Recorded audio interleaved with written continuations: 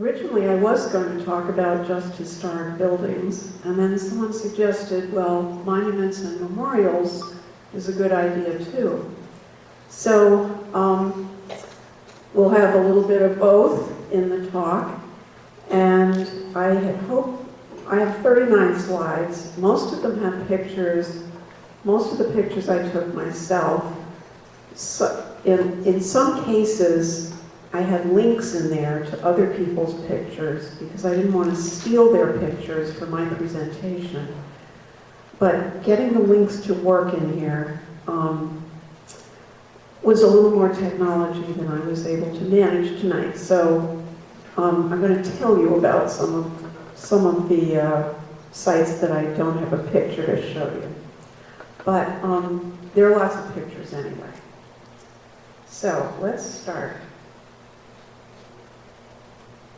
The first thing I want to say is that when you start looking in South Kingstown for memorials, monuments, and historic buildings, it develops that there are way more than you thought there were.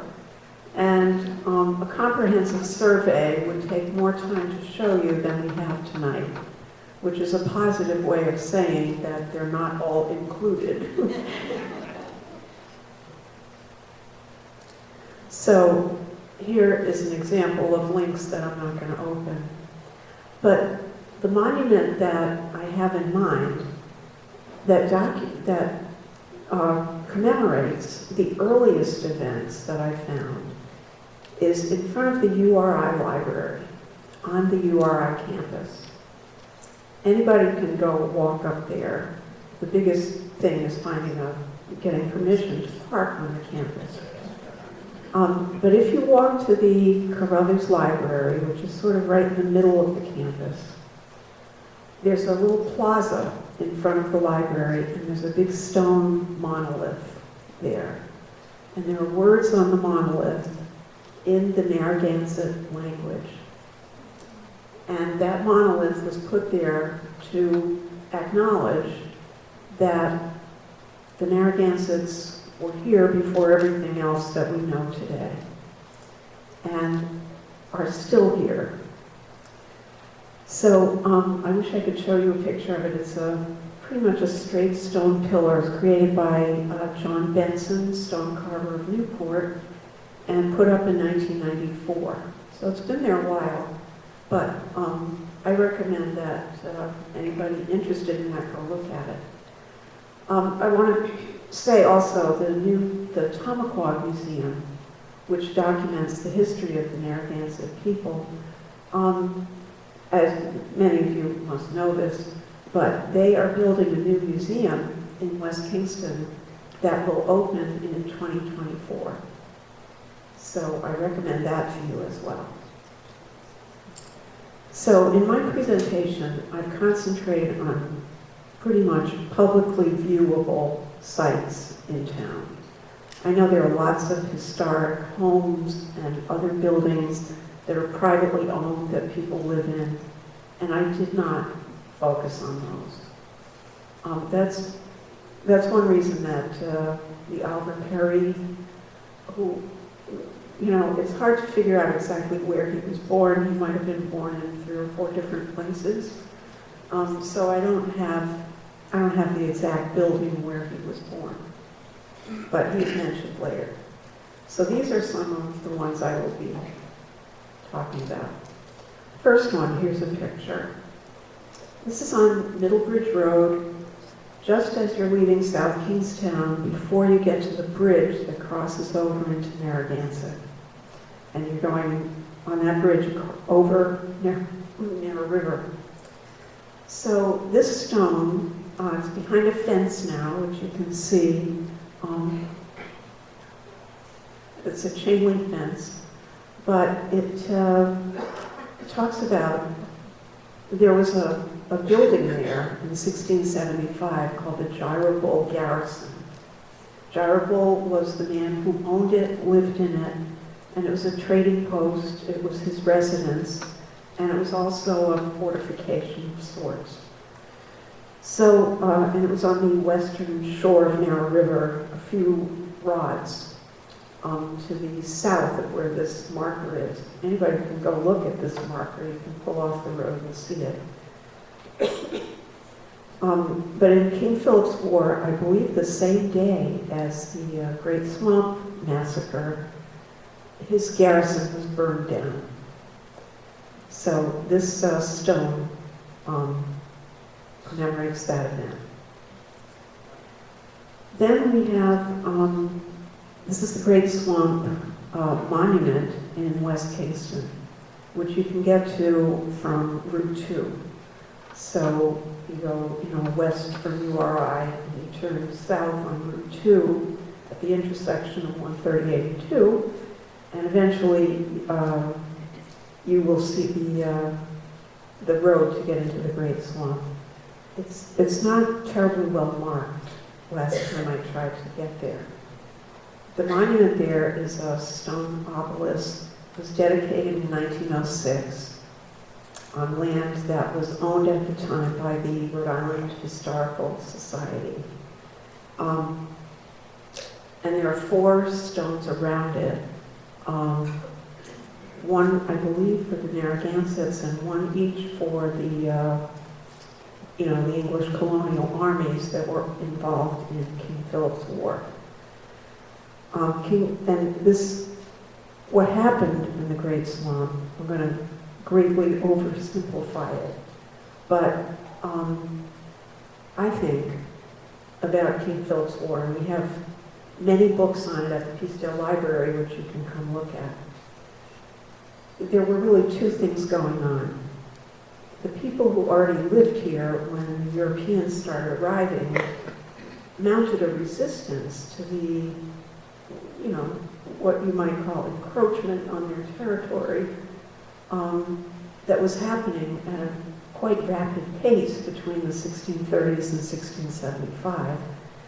And there was also fighting among the English colonies themselves over who was going to control this area of southern New England, because everybody could see what a great place South Kingstown was going to become already. So,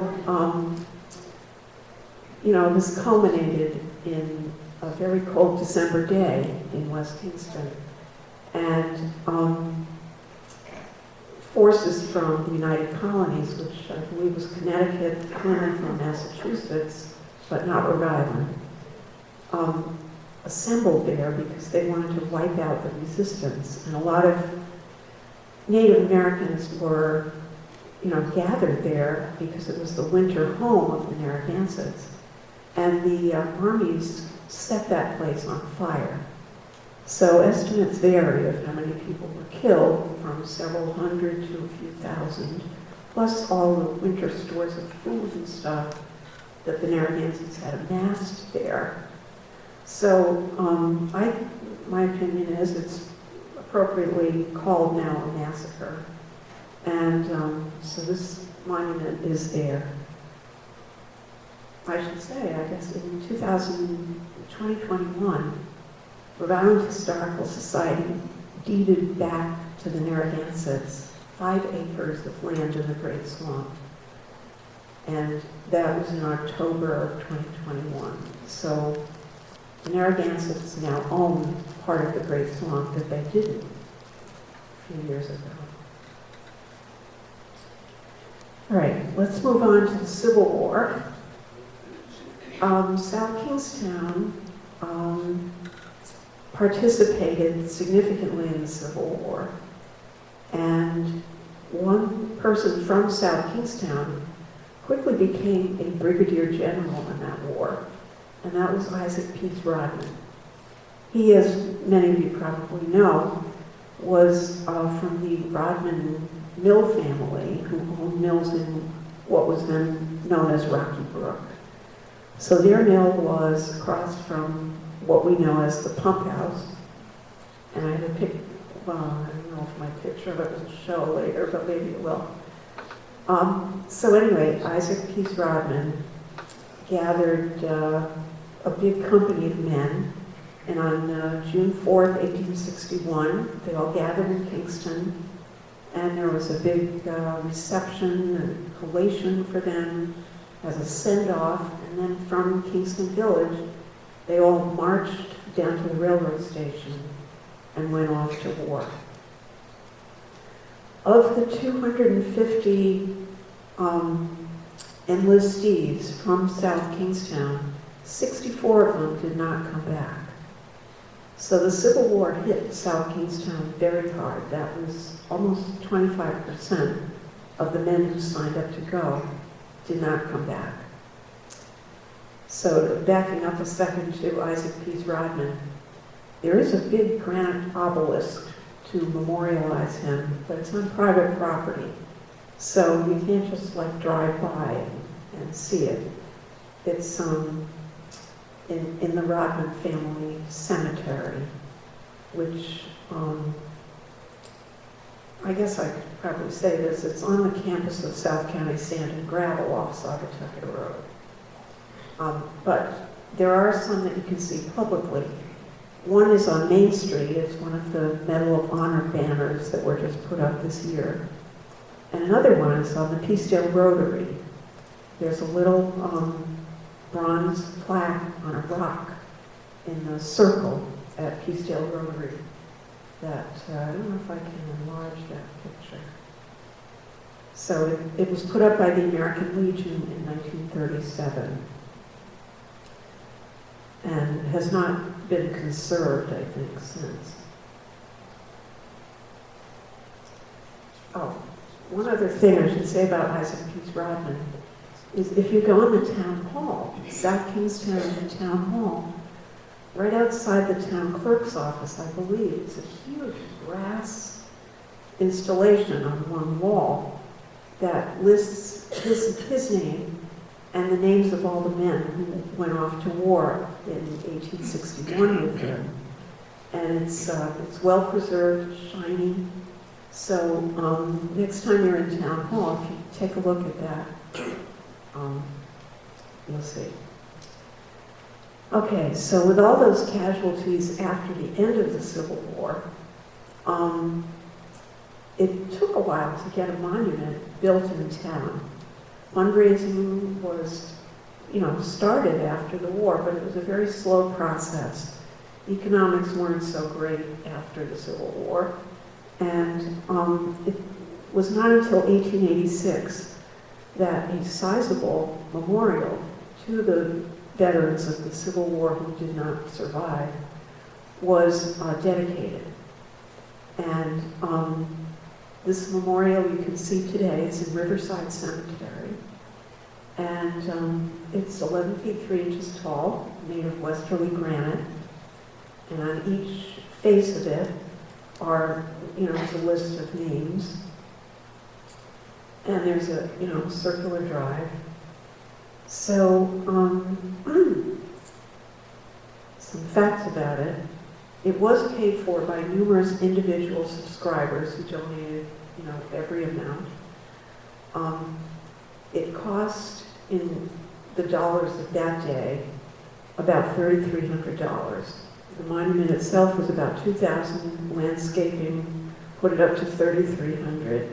So that would be over $100,000 in today's money. On the day it was dedicated, the ceremony took place at Wakefield Baptist Church, or at least it started there. It was a Thursday, June 10th, and thousands of people gathered. Many of them could not get into the church. There was no room. And then they marched from Wakefield Baptist Church down to Riverside Cemetery and had exercises at the monument.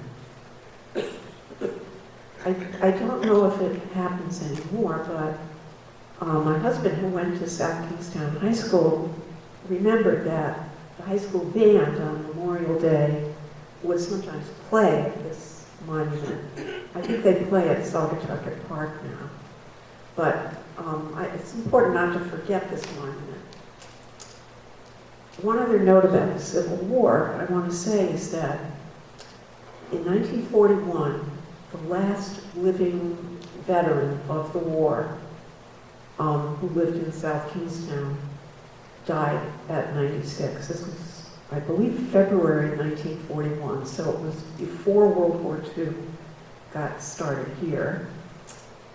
And that was, 70 years after the beginning of the Civil War. And even 70 years later, after he died, school was closed and flags were lowered to half staff because, to honor him. So I thought that was quite striking and, evocative of the impact of the Civil War in this community.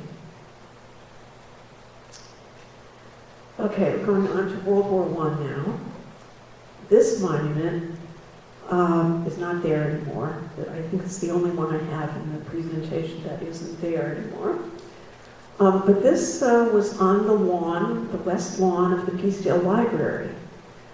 And it evokes an active home front during World War I in South Kingstown. There was a lot going on here. And we had a program about World War I at the Peacedale Library in 2018. And I had the opportunity to look up all this history. This was out of living memory for people. Nobody around actually remembered it. And I found it fascinating to look all this up. So one of the things that happened was that an honor roll with all the names of people who participated in the war was published in the Narragansett Times every week. Names from South Kingstown and Narragansett. And all the South Kingstown names were put on this board. I tried to find out if anybody knew whether this board still exists anywhere in the basement of a local building. They didn't seem to think they had it at Town Hall. So I don't know that it still exists, but I wanted to show it to you. So another cool thing that happened after World War I, which, you probably all know, even though that war took place from 1914 to 1918, the United States did not participate in it until April 6, 1917, when President Woodrow Wilson declared that we would be joining that war. And the armistice, obviously, was November 11th, 1918, so the U.S. was only in it for a year and a half. But that didn't keep a lot from going on here. So when the war was, the armistice happened and a lot of the soldiers were going to come home, the home front organized a welcome home party for all the soldiers who served from South Kingstown and Narragansett. And because they had all these lists and rolls of names, an effort was made to contact each soldier who served to invite them to this event. And 300 medals were cast. So Caroline Hazard was asked to design these medals, and public funds were used to pay for them. I think it was $1,000, in the dollars of that day that were allotted for this project. And I don't know how well you can see, but this one shows to Town of Narragansett for her Crusader, and this one says Town of South Kingstown for her Crusader, and this is the other side of the medal, which has scallop shells on it, which are Caroline Hazard's signature motif. But if you look up here in the photo at your left, you can just about see the engraving of a name. Every medal had the soldier's name engraved on it. And many families still have these medals. People have brought them into the library to ask, what is this? And we have one at the library that belonged to someone named Roland G. Albro, who served, and that's a picture of his medal. So Welcome Home Day was a day-long event involving a parade from Wakefield all the way to Narragansett Pier. There was a ceremony where the medals were handed out, and there was a banquet and a dance at the Narragansett Casino. And it was a really big deal. The governor of Rhode Island, the former governor of Rhode Island, many dignitaries came to it.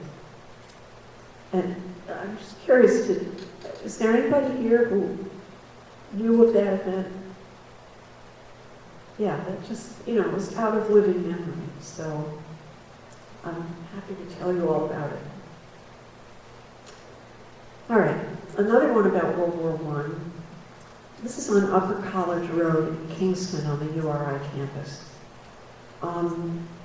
When you go down Upper College Road into the campus, you may have noticed these stone gates at the corner of Briar Lane there. And so those were an alumni gift of the class of 1928. And the whole thing was rededicated in 2008. And Rhode Island State College, as it was called then, 334 students out of a student body of 562 served in World War I. 33 of them did not come back. And one of them, Lloyd Gledhill, was from South Kingstown.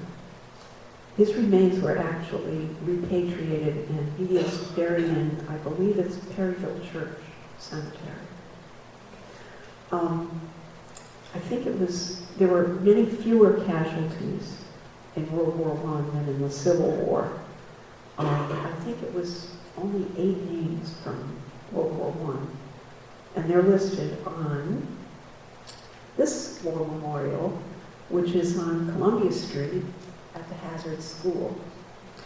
This was put up in 1932, and it was decided that this monument would cover not only World War I, but the American Revolution, the Spanish-American War, the War of 1812, and the Civil War. And, they called it, obviously, the Great War, because in 1932, nobody knew there would be a World War II. So all these names are engraved in these bronze tablets on that monument, and that's public. Anybody can walk by, go look at it. And usually on Veterans Day or Memorial Day, there is some event that takes place at this memorial. And that was funded with public funds. So what else? The entire event is described in the Narragansett Times, November 18th, 1932. And that monument was conserved in 2017. All right, then we have a couple of monuments to George Washington. And I have not researched the visits of George Washington to South Kingstown.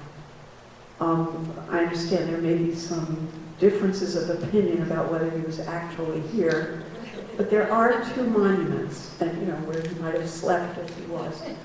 But there's one on Dockeray Road that I just went by yesterday and I photographed this, that memorializes a 1756 visit that he made here. And the other one I can't show you because it's a link, but it's outside the Kingston Library that memorializes another visit he made here, where, claims he made here in 1781. So those are some other monuments. So this war memorial at Saugatucket Park is it's a 2-part, 2 actual separate pieces of this gorgeous polished black granite. And it shows names of South Kingstown residents who served in World War II, Korea, Vietnam, Lebanon, Persian Gulf, Grenada, Afghanistan, and Iraq. And very similar to the Vietnam Memorial in Washington. This polished granite, if you as a viewer are standing in front of it, you see not only the names of the, service people being commemorated, but you also see a reflection of yourself. So when I saw the Vietnam Memorial in Washington, I was very struck by the metaphorical significance of that. And to see that same thing reflected in the community where I live and work, I found it very moving. So the whole thing is installed on a big, I believe it's cement, star, a 5-pointed star that's put in the ground. And each half of this memorial is set on that star. So, all the holidays like Memorial Day and Veterans Day, there's a gathering there and speeches and remembering of veterans. This was, I don't have a date for you about when this was put in. Some of you may know what the date is. I couldn't find it. But again, fundraising took quite a while to get going. And eventually it did. So it was after 1980 that it got dedicated. All right, and many of you probably know that in 2023, South Kingstown received a Medal of Honor community designation. I may get some of the terminology a little bit wrong. But anyway, as a result, banners to valiant South Kingstown residents who served and paid the ultimate price in war were put up on light poles right on Main Street, and I hope you've all seen them. And my pictures aren't very good. They're on both sides of the street, and some of them were in the sun, and some of them weren't. But some of the names here include Babcock, Champagne, Fournier, Gabbro, Cooper, Hazard, and Oliver Hazard Perry. And there was one who was mentioned in the Medal of Honor Day that I didn't see a banner for him there, which is Colonel Curtis A. Eaton. And he was missing in action for many years, but I believe his remains were ultimately located not too many years ago. He has a plaque, his own plaque, at the YMCA. There's a flagpole there, just as you walk into the Y, and as you're coming out, you're facing the plaque. So that is to commemorate Colonel Curtis Abbott Eaton. There's another Vietnam memorial. Well, I mean, this one is a Vietnam-only memorial at Dale Collier Corner. And this was put up, I believe it's 1988. It's public, but it's a hard one to get to, because even though the traffic engineering at Dale Collier Corner has been adjusted to allow for pedestrians, it's not a place that a lot of people walk. So, but I did walk over there. I parked at the donut shop and took these pictures, and they're, whoops, it's quite, it is maintained, the lawn is cut, so these veterans are not forgotten. And I just want to say, and some of you will think that I made an error in spelling Dale Collier this way, but I want you all to know, if you don't know it already, that Dale Collier was not a person named Dale Collier. Dale Collier refers to the name of the house that used to be there, or in the area. The house was actually kind of sort of next to where Job Lot is now. And it belonged centuries ago to a family called the Niles family. And the story that I read is that someone in the Niles family was served in some diplomatic function in a post in Sweden where there's a region called Dalecarlia. And he was so taken with the beauty of that region in Sweden that when he came back, his family named their house Dalecarlia. So that has changed hands several times. The Hazards owned it. The first Roland Hazard bought it, I don't know, around late 1700s, I think. And after, in the 20th century, the Holly family owned it. So it was kind of, sort of where Holly Street is. So that's the scoop on the name Dalecarlia. All right, other memorials I found, and I keep finding them. Chatting with someone in the lobby tonight, I heard about another one on the sidewalk outside Brickley's, and I noticed something at the Peacedale Playground, the Village Green. On my way here, near that big beech tree, there's a stone with a monument on it that I didn't get over there to take a picture of. But anyway, two monuments. These aren't for wars, but one is in front of the Peacedale Mill, Palisades Industries, dedicated to the volunteer firefighters of South Kingstown, deceased in the line of duty. So that monument is there, anybody can look at it. And this one's on Robinson Street, right next to the Wakefield Fire Station, dedicated to the past and present members of the Wakefield Fire Department. So there are probably other fire department memorials, because we have several fire districts in town, and I didn't get to all of them to see if they had any. But, many of you may know about them. So that's my survey of some of the monuments in South Kingstown that you can walk by and take a look at. Now we're going to go to historic buildings. And I have to say that a number of the historic buildings I'm going to show you are also monuments. And they were designed to be exactly that. Just not buildings, but have an active function and serve the community in memory of the people they were donated in honor of.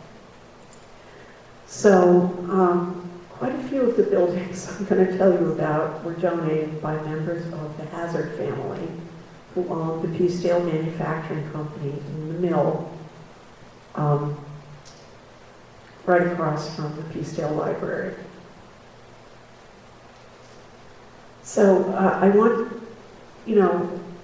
a lot of people know that people will say, oh, the Hazards built South Kingstown. And in my job as local history librarian, I felt part of my job was to pull that apart. What exactly does that mean? On a given day, did they donate 12 buildings? And the answer is no. It took, 100 years or more for the family to donate all the buildings they did. But they did that. And those buildings still serve the functions that over 100 years ago they were donated to serve. So these people are, real people. This man with the white beard is Roland Gibson Hazard the First. That's what I call him. There were six men named Roland Hazard. In alternating generations, they had the middle name Gibson. So the first Roland Hazard was born in 1763. He's not pictured here. But he's the one who he bought into mills over in Peacedale that were already existing. But his son, Roland Gibson Hazard, the first, whose life essentially spanned the 19th century, he and his brother Isaac, and then his son Roland Hazard II, essentially took that mill business and ran with it and expanded it into thriving and very lucrative enterprise. And they had, they had the community spirit, and they made enough money that they had money left over to build these buildings and donate them to the town. So, Roland Gibson Hazard with the white beard, his son, Roland Hazard, whose beard wasn't white yet, his son, Roland Gibson Hazard II, and the baby is Roland Hazard III. And reading about the history of the town, it's sometimes hard to figure out which one is getting written about. But this, kind of picture helps to individualize them a little bit. So one of the first buildings that they donated to the town is the town hall on High Street. And it was completed in December 1877, and the first business was transacted there. The first town council meeting, January 1878. So it's made of local granite. The location where it is was kind of way out of the way at the time, because all the commercial activity of the town centered more around the mills, but this land was available, so they used it. All right, these buildings aren't necessarily in chronological order, but. So then we have the Peacedale Library, which was put up, this building was built in less than 1 year, from 1890 to 1891. In memory of, this white-haired gentleman. This is his memorial. And it opened on his birthday, I believe, October 9th, I think, 1891. And right over what we call the old front door, you can see a tablet there that says Hazard Memorial. A lot of the granite in the building is local granite, but that tablet is westerly granite.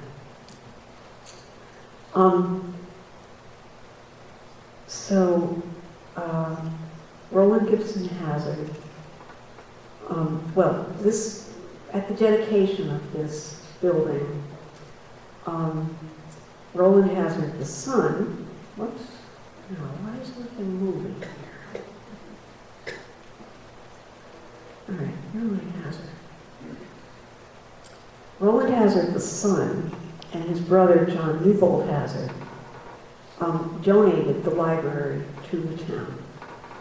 And at the dedication, Roland Hazard gave a speech saying that his father, would not have wanted, as he put it, a useless pile of granite stones as his monument. He wanted something living. So, and I think they discussed all this with him before he died. And he wanted his memorial to house the library and to have an auditorium in back that, where there could be concerts, plays, graduations, and other public events. So ever since it opened in 1891, it has housed the library and continues to hold programs, and the auditorium that was part of the original building is now the room where the fiction collection is, so we don't use it as an auditorium anymore. But the library has, a lot of events and programs and a vibrant cultural life going on in there, in addition to providing books and e-books and everything. So I think the library's living up to that original mission. the Robert Beverly Hale Library, which opened in 1897, a few years later. This is in Matunic on Route 1. Every time you go to Westerly, you drive right by it. And I encourage you to stop in if you never have. It's one of my favorite small libraries anywhere. And there is, you see all these steps. If you go around back, there is a more accessible entrance that you can use. Robert Beverly Hale was the youngest son of Edward Everett Hale, who's known, what he's known for is a novel he wrote called The Man Without a Country. He was a Unitarian minister from Boston area, but the Hales had a summer home here. And this is an old postcard picture of it, but it looks exactly the same now, except there's a lot more vegetation around it. It's painted red. And you can visit this house. You need to look it up on the internet and you can make an appointment to see it. But it's very much worth seeing. So Robert Beverly Hale was his youngest son. And he was on his way to a writing career as well. He was a poet, and he'd been published. And when he was about 26 years old, he went on a bike trip up to Massachusetts somewhere and contracted typhoid fever, which proved fatal. So after his death, his friends and family decided that what they wanted to do to honor his memory was create a library. So on some of the Hale family land, they built this little library and got all kinds of donations of books and materials to put in the library at that time. And it's been, thriving ever since. So Edward Everett Hale, by the way, was the keynote speaker at the dedication of the Peacedale Library.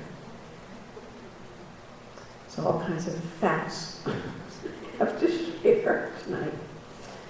This, you probably all recognize, is the Kingston Free Library, up in Kingston on the corner right outside URI. And it became the Kingston Free Library in 1896. Prior to that, you probably all have heard that it was the Washington County Courthouse, and the state legislature would meet there because before we had a state house in Providence, the legislature traveled from county to county on a rotating basis to have all their sessions, and many of them took place here. And in 1894, what was then the new Washington County Courthouse opened in West Kingston. It's now the Courthouse Center for the Arts. So after that opened, they didn't need a courthouse in Kingston Village anymore, and the Kingston Village Society, which had a different name, took it over and created the Kingston Free Reading Room or some name like that. And this has been the library ever since. Okay, this is the Neighborhood Guild. This is a memorial to John Newbold Hazard, who was the brother of the Roland Hazard with the dark beard. Without going back to that picture, well, maybe I will. I don't have a picture of John Newbold in this presentation to show you. By some accounts, he was a much more shy person than his brother and grandfather and everybody who were more public. But anyway, Roland Gibson Hazard, the first with the white beard, he had two children, these two sons, Roland and John Newbold, and they put up that monument to their father. John Newbold Hazard's wife, Augusta Hazard, gave money for the Neighborhood Guild in memory of her husband, John Newbold. And if you go in the, like the living room, kind of on the main floor, you'll see a bronze tablet with his image in it that tells all this. And the Narragansett Times in 1909 tells all about it too. This is from the library's postcard collection, and this is, it was fairly new at that time of that picture. All right, then we have the Hazard School on Columbia Street, and a brief history of high schools in South Kingstown. Someone named Edward Mott Robinson, who I think might have been born in South Kingstown, but spent a lot of his life in Bedford and New York City, I think, and made a lot of money in shipping and manufacturing and other things. He left a bequest of $10,000 to South Kingstown for a high school. And there were different, there were high schools that opened here. You had to pay tuition to go to them. And that was true until 1904. When in 1904 the town council approved that the town school department would take over the high school.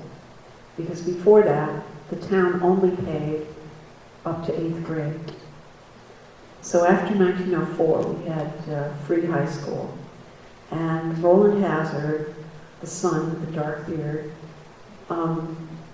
donated money and land, and eventually, he and his son, I think, donated all of it.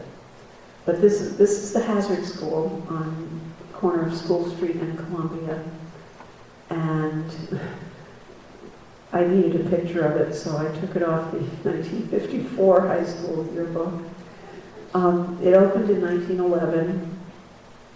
And inside, there are plaques to all the people who were involved. And both Roland Hazard and Edward Mott Robinson left money to the town, which the town has something, there's a page on the town website called Trustees of South Kingstown School Funds, something like that. And it shows that the Edward Mott Robinson Fund and the Roland Hazard Fund are basically endowments. They continue to generate funds for the support of these schools. So those, the schools are really memorials to those people. This one is Stepping Stone on Spring Street. And many of you probably know the early story of Stepping Stone is that Margaret Root Hazard, Caroline's mother, and Roland with the dark beard, his wife, they traveled to Germany, and she was very interested in early childhood education. So kindergarten was an up-and-coming concept in Germany at the time, 1890s. And she hired a young German woman to come over here and run a kindergarten in Peacedale.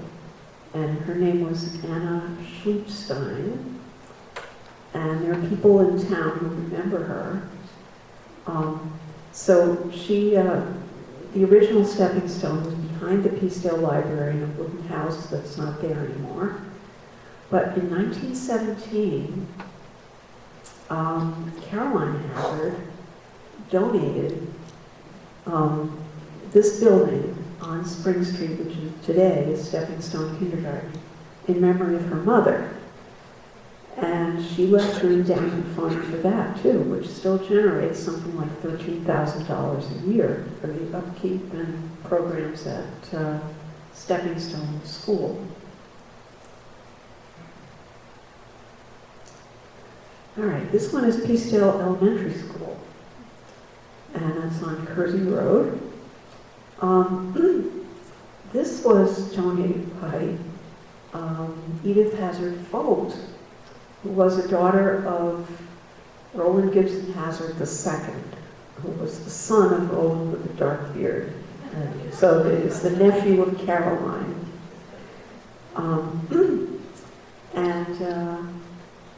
So Edith Hazard Phobes coordinated all this. Her husband, the Reverend J. Warner Phobes, when he wasn't busy being the minister at the Peacedale Congregational Church, served as chair of the school committee and was very active in local affairs, evidently very well liked. So one of the wings of this building, there's an auditorium in there that's donated especially to him. And then in the other wing, Caroline Hazard and her two sisters donated a bunch of furnishings in memory of, I forget who, their mother, sorry, I don't remember who it was, but it's on the Narragansett Times in 1923. So the Peacedale School is also a memorial to people, and it's, as we all know, a thriving, functional school to the present day. Just 100 years old this year. All right, only a few more. Old Mountain Field. The land for Old Mountain Field was made available for use by the town in 1927 by Roland Gibson Hazard II's wife, Mary P. Bushnell Hazard, although they didn't actually give it to the town, they just made it available. And she did that in memory of her husband, who had passed away in 1918. And I just noticed these plaques the other day. Maybe you all have seen them. But these are the gates to Old Mountain Field that you drive by on Kingstown Road. I must have driven by them 10,000 times. And I didn't notice these little plaques in the stone pillars that you see in the center photo. And so a couple of days ago, I went and took these pictures of them. So the Old Mountain Field had been in use as a recreational facility for many years. It was known variously as Walnut Grove, Old Mountain Field, and there's evidently another monument way up in back on a nature trail. There's a place that's referred to as Mount Misery. I have to confess I haven't walked up there. So that's one monument that I haven't found for you. But, so, you know, every year we go to the fireworks. We're on land that, in 1937, Mary P. Bushnell Hazard had passed away, and the children of this couple gave the land to the town. So the town now owns it since then. All right, and I can't leave out the mills. The mills generated all this income that allowed all these buildings and so on to be put up. And these stone mills got kind of started in the 1840s. And one of the Peacedale Mill buildings that faces, say the Village Green, if you look up, you'll see a tablet that says 1847 stuck into the building. The second photo from the left, there's a tablet on that building that says 1872. So, you know, in the history of the mill, as they needed to, they would add stories to the building, they would take stories off, they would move buildings, they would put new ones in, and they tended to put the year that they did that somewhere on the building. So I walked around in the mill complex the other day. Someone told me once it's 13 acres. I don't know if that's accurate.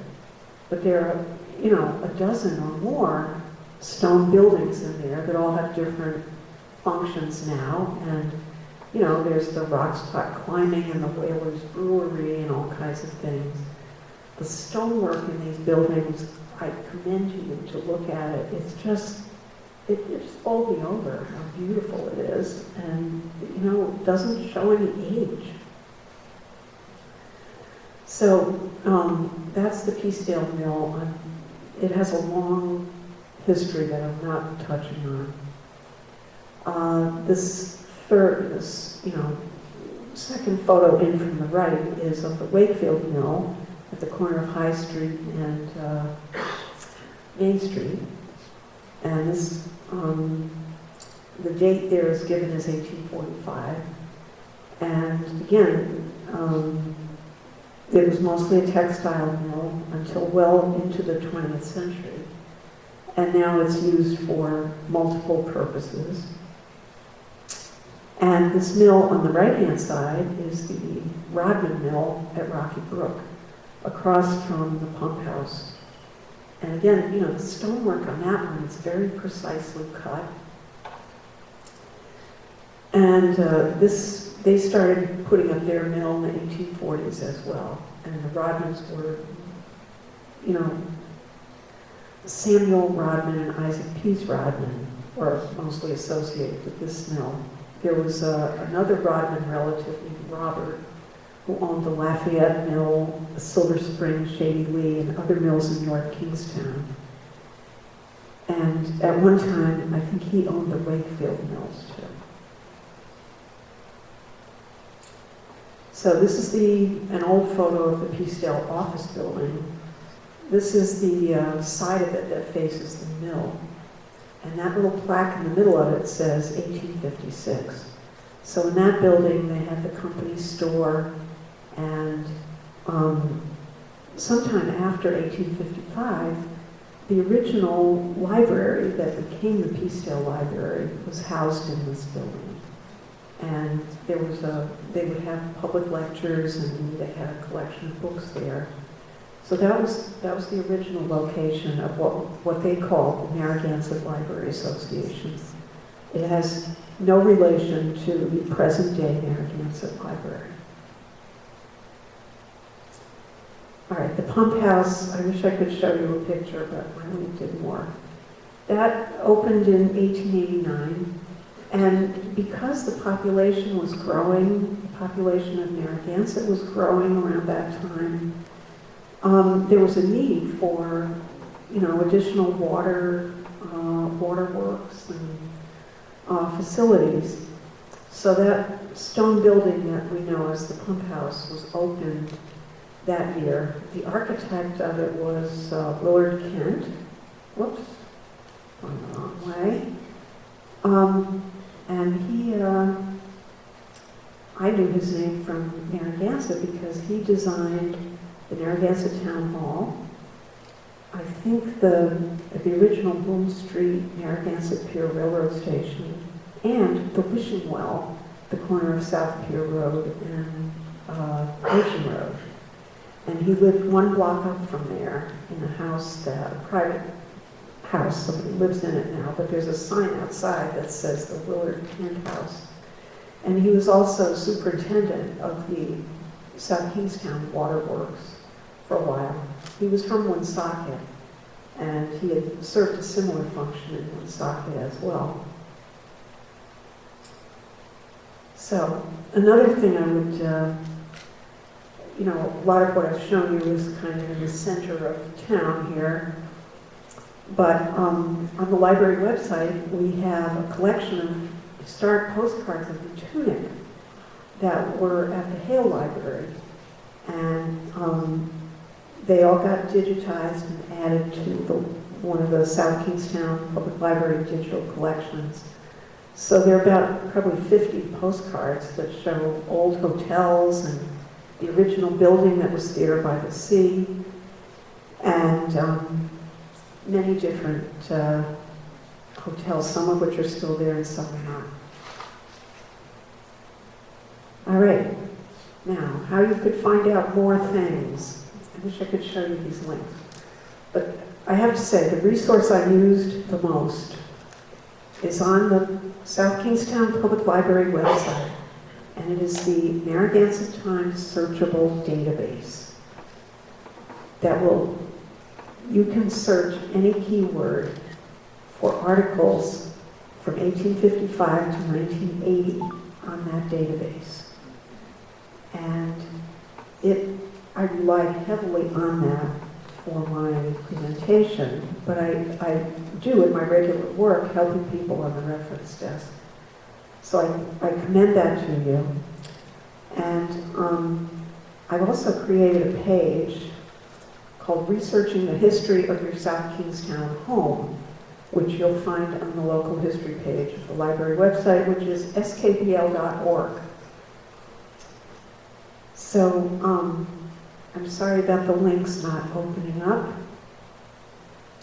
We have a fantastic local history and Rhode Island history collection at the library, and we do offer local history appointments.